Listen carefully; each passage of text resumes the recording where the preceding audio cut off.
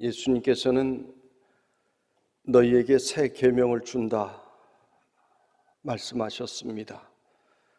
새 계명이 있으면 옛 계명도 있어야 합니다.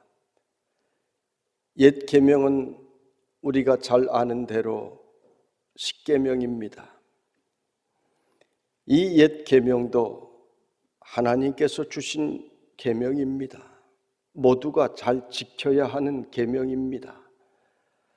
예수님께서 새 계명을 준다는 말씀은 옛 계명을 버리라는 말씀이 아닙니다.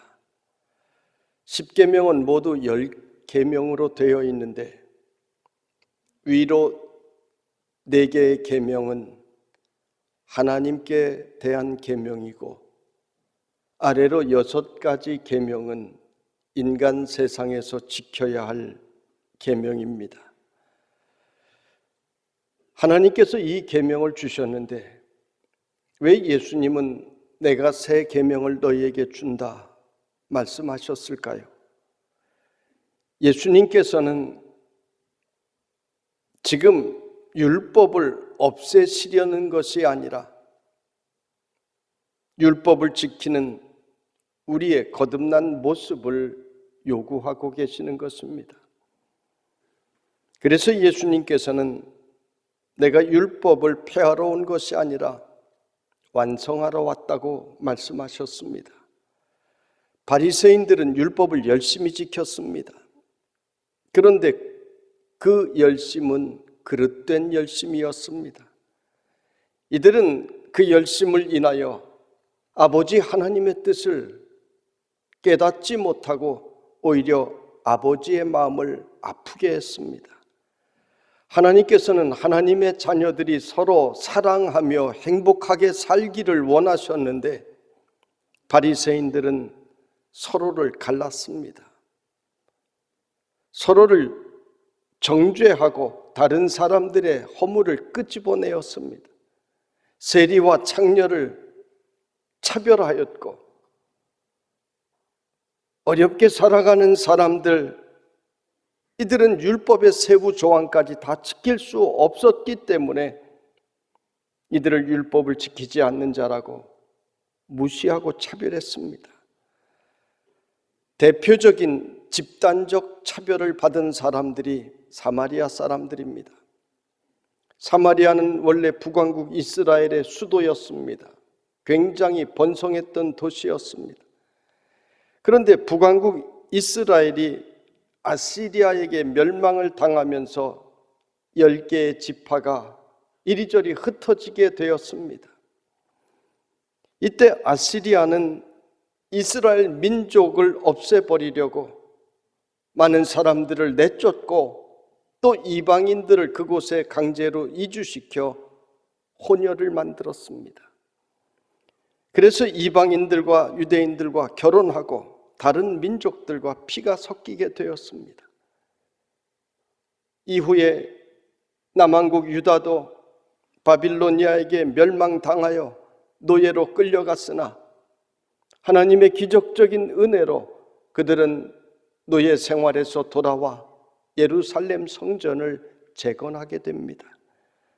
그런데 이들은 돌아와 나라를 재건하며 사마리아 사람들을 적대시했습니다. 너희들은 유대인의 그 혈통을 지켜나가지 못했다는 것입니다.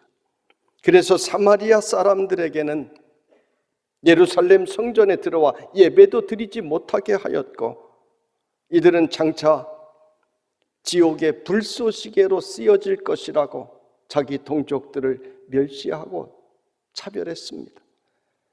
그러니 사마리아 사람들이라고 가만히 있겠습니까? 이들은 예루살렘 성전에 못 들어오게 하자 밤중에 그곳에 들어가 부정한 짐승의 뼈들, 더러운 것들을 성전에 뿌려버렸습니다. 기겁을 하게 만든 것입니다.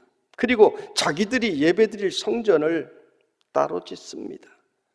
교회가 미움으로 인하여 분열이 된 것입니다. 사실 사마리아 사람들도 잘한 것은 없습니다. 이스라엘 백성들이 이스라엘 사람들이 바빌로니아의 노예 생활에서 돌아와 예루살렘 성전을 재건하려 할 때 조롱하며 방해를 했습니다.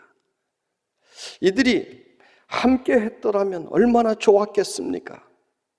그렇지 못하여 이 둘 사이에 골이 점점 깊어졌습니다. 원수가 되었습니다. 그 출발은 아주 사소한 것이었습니다.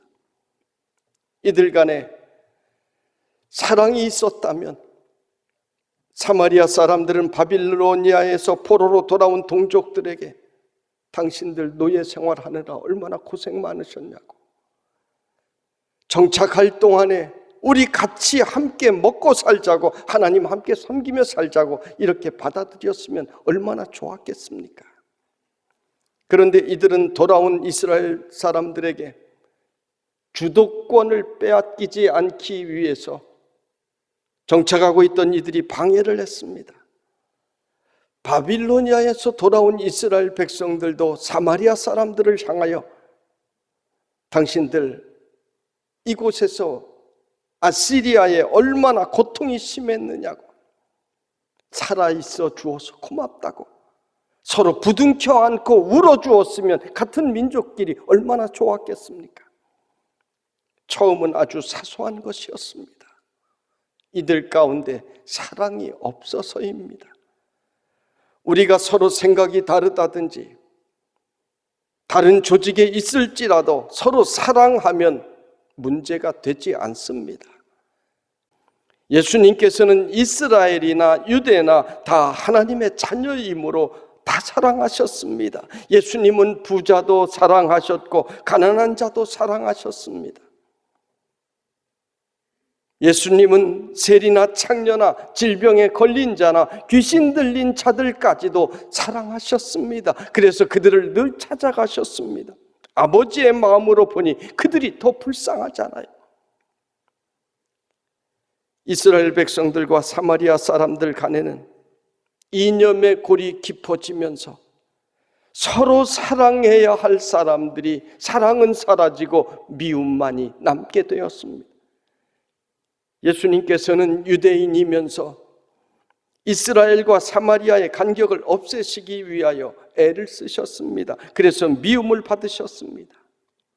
예수님은 모두를 사랑하시기 때문에 이 모든 것을 감당하셨습니다. 우리 주님은 우리를 너무나 사랑하셔서 십자가에 그 몸을 내어주셨습니다. 요한복음 15장 13절에 사람이 친구를 위하여 자기 목숨을 버리면 이보다 더 큰 사랑이 없나니라고 말씀하셨습니다. 오늘 우리가 읽은 말씀 속에 내가 너희를 사랑한 것 같이라고 하신 말씀이 바로 같은 말씀입니다. 그 말씀은 예수님께서 우리를 위하여 십자가에 몸을 내어주실 것임을 예고하신 말씀이십니다. 우리가 예수님의 이 십자가 사랑으로 서로를 사랑하면 모든 것을 다 이루게 되어 있습니다. 허다한 죄도 다 덮게 되어 있습니다. 문제가 사라지게 되어 있습니다. 여러분, 우리에게 이 사랑이 있기를 간절히 바랍니다. 주님의 십자가 사랑을 나에게도 달라고 여러분 기도하시기를 바랍니다. 그러면 교회가 은혜 덩어리가 되게 되는 것입니다. 날마다 더 행복하게 되는 것입니다. 이 교회에는 기적과 신비한 역사가 수없이 일어나게 되는 것입니다. 날마다 구원받는 백성의 수들이 많아지게 되는 것입니다. 10가지 계명을 한마디로 요약하면 사랑입니다. 하나님을 진정으로 사랑하면 모든 계명들을 저절로 지킵니다. 저절로 지킵니다. 첫 번째 계명, 너는 나 외 다른 신들을 내게 두지 말라 말씀하셨는데, 하나님을 사랑하면 우상을 내 앞에 둘 수가 없습니다. 하나님을 사랑하면 어떻게 다른 신을 바라볼 수 있습니까? 목숨을 걸고라도 하나님을 섬기게 되는 것입니다. 두 번째 계명, 너를 위하여 우상을 만들지 말고 거기에 절하지 말고 섬기지 말라는 말씀도 그렇습니다. 하나님을 사랑하면 그런 거 하지 않습니다. 네 번째 계명, 안식일을 기억하여 거룩하게 지키라. 여러분, 하나님을 사랑하면 주일을 날마다 사모하며 기다립니다. 잊어버릴 수가 없습니다. 잊어버린다는 말은 사랑하지 않는다는 뜻입니다. 여러분, 내가 사랑하는 사람이 있으면 어떻습니까? 매일같이 생각이 납니다. 아침에도 생각이 나고 점심에도 생각이 나고 길을 가도 생각이 나고 쉬지 않고 생각이 납니다. 며칠이 지나도록 생각나지 않는다면 그것은 사실은 사랑하지 않는다는 말입니다. 예수님께서 말씀하시는 새 계명은 이렇게 우러러 나오는 사랑입니다. 율법은 강제적입니다. 지키지 못하면 점수를 매깁니다. 율법은 야단을 칩니다. 율법은 못하는 것만 지적합니다. 그러나 여러분, 사랑은 그러한 강제가 없습니다. 사랑하면 저절로 하게 되는 것입니다. 사랑은 칭찬합니다. 사랑하면 서로가 행복합니다. 여러분, 인간 세상에 주신 6가지 계명도 마찬가지입니다. 부모 공경이나 살인하지 말라, 간음하지 말라, 도둑질하지 말라 말씀하셨는데 서로가 서로 사랑하면 그런 것 하지 않습니다. 사랑하면 하지 말라 하여도 부모님께 공경합니다. 부모님 사랑하면 공경하게 되어 있습니다. 이웃을 사랑하면 내 이웃의 아내를 탐내지 않습니다. 이웃의 것을 도둑질하지 않습니다. 문제는 사랑입니다. 사랑은 율법의 완성입니다. 그래서 이 사랑으로 율법을 지키면 100점짜리 율법이 되는 것입니다.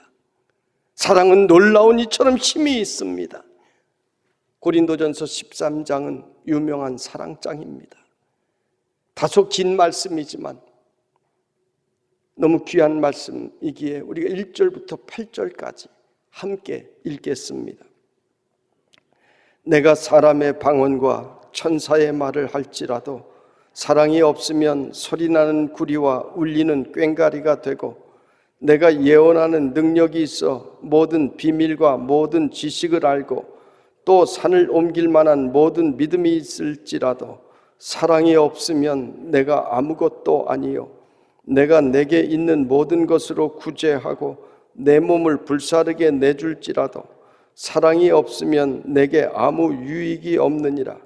사랑은 오래 참고 사랑은 온유하며 시기하지 아니하며 사랑은 자랑하지 아니하며 교만하지 아니하며 무례히 행하지 아니하며 자기의 유익을 구하지 아니하며 성내지 아니하며 악한 것을 생각하지 아니하며 불의를 기뻐하지 아니하며 진리와 함께 기뻐하고 모든 것을 참으며 모든 것을 믿으며 모든 것을 바라며 모든 것을 견디느니라.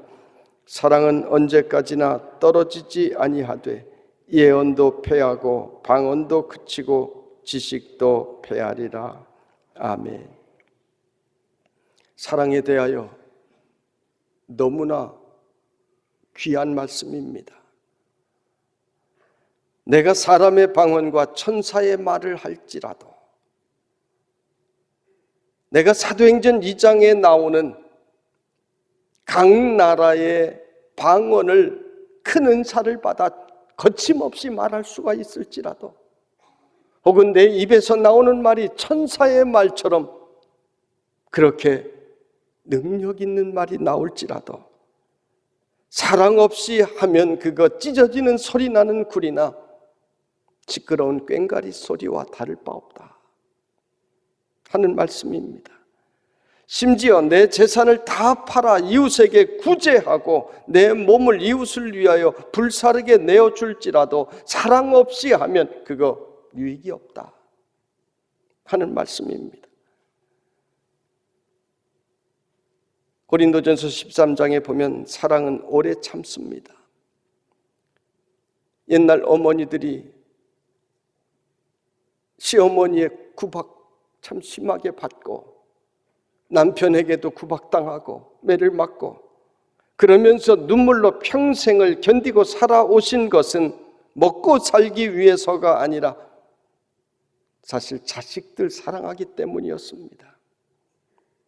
자식 사랑하기 때문에 자식 버리고 갈 수 없어서 그렇게 오래오래 참은 것입니다. 그런 사랑이, 오래 참는 그런 사랑이 우리에게 있다면 얼마나 행복한 교회가 되겠습니까? 사랑은 온유합니다. 그렇습니다. 사랑하는 마음이 있으면 서로에게 함부로 대하지 않습니다. 상대방의 마음에 혹시나 상처를 입을까 늘 내가 염려합니다. 상대방을 기쁘게 하기 위하여 늘 나를 희생하는 모습을 가집니다. 사랑은 시기하지 않습니다. 사촌이 땅을 사면 배가 아프다는 말이 있는데 사실이에요. 저도 다른 교회가 크게 부흥한다고 하면 할렐루야, 하나님 감사합니다, 그러면 좋겠지만 우리 교회가 더 부흥해야 되는데 순간 그런 마음이 들고, 뭐 배가 아플 정도는 아니지만 그런 질투하는 마음이 생깁니다. 내 자녀가 사업을 많이 하여 돈을 많이 벌면 배가 아픈 것이 아니라 동네방네 자랑하고 다닙니다. 옆집 자녀가 사업하여 돈 많이 번다고 하면 배가 아프지만 내 자녀는 그렇지 않습니다. 사랑하기 때문입니다. 고린도전서 13장에는 사랑에 대한 말씀들이 계속해서 많이 나옵니다. 여러분, 주님이 가르쳐 주신 이 사랑으로 우리가 사랑하면 내가 변하고 공동체가 함께 변합니다. 사랑하면 막힌 것도 열리게 되고 안 될 것도 되게 하는 것입니다. 나를 사랑하면은요, 내 몸도 함부로 하지 않습니다. 내 몸을 아끼고 건강하게 관리합니다. 꽃나무 한 그루 키워도 얼마나 많은 정성과 조심이 필요합니까? 나를 정말 사랑하면은요, 나를 위하여 조심합니다. 나를 사랑하면 내 미래를 바라보고 함부로 살지 않습니다.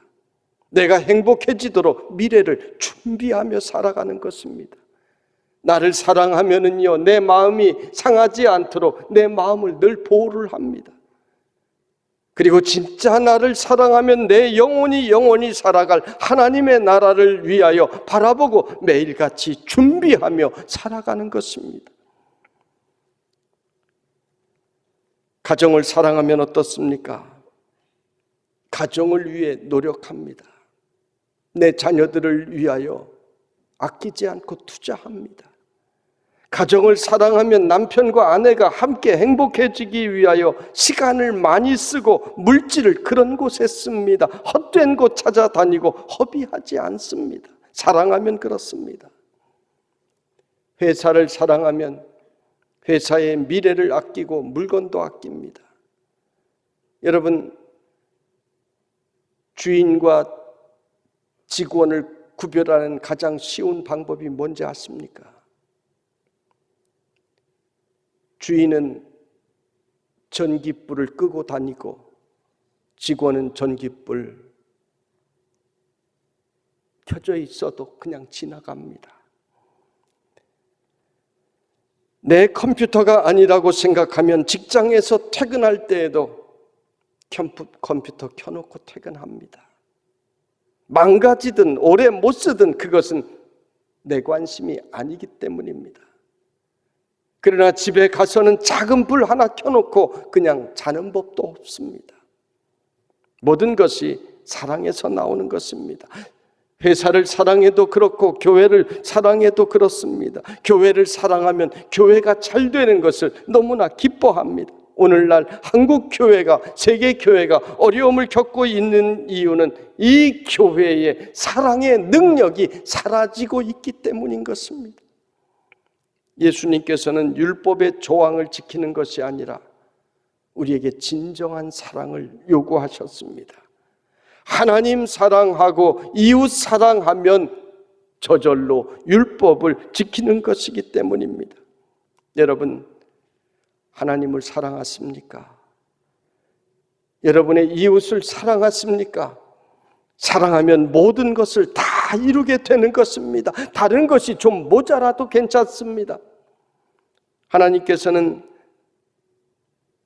모자란 것을 지적하시는 것이 아니라 우리의 마음속의 중심을 보십니다. 하나님께서 다윗을 바라보실 때 다른 것을 보시는 것이 아니라 하나님을 사랑하는 마음, 그 중심을 보셨습니다. 다른 사람보다 내가 나를 더 사랑하는구나, 그것을 보셨습니다. 다윗은 하나님을 사랑하여 하나님의 이름이 이방인 골리앗에게 조롱당하는 것을 참지 못하고 전장터로 달려나갔습니다. 죽을지 모르는 자리였습니다. 내가 나서지 않아도 아무 상관없는 자리였습니다. 용맹한 용사들도 다 주저하는 자리였습니다. 그런데 다윗이 골리앗 앞으로 나아간 것은 하나님을 너무 사랑했기 때문입니다. 여러분, 오늘도 하나님께서는 우리의 사랑을 찾고 계십니다. 우리 교회는 우리 마음속의 사랑을 우리 하나님께 보여드리는 교회가 되기를 원합니다. 35절 말씀, 너희가 서로 사랑하면 이로써 모든 사람이 너희가 내 제자인 줄 알리라. 예수님의 제자가 된다는 것은 예수님의 그 말씀, 예수님의 그 헌신, 예수님의 사랑, 예수님의 능력까지도 따라하는 사람들이라는 말씀입니다.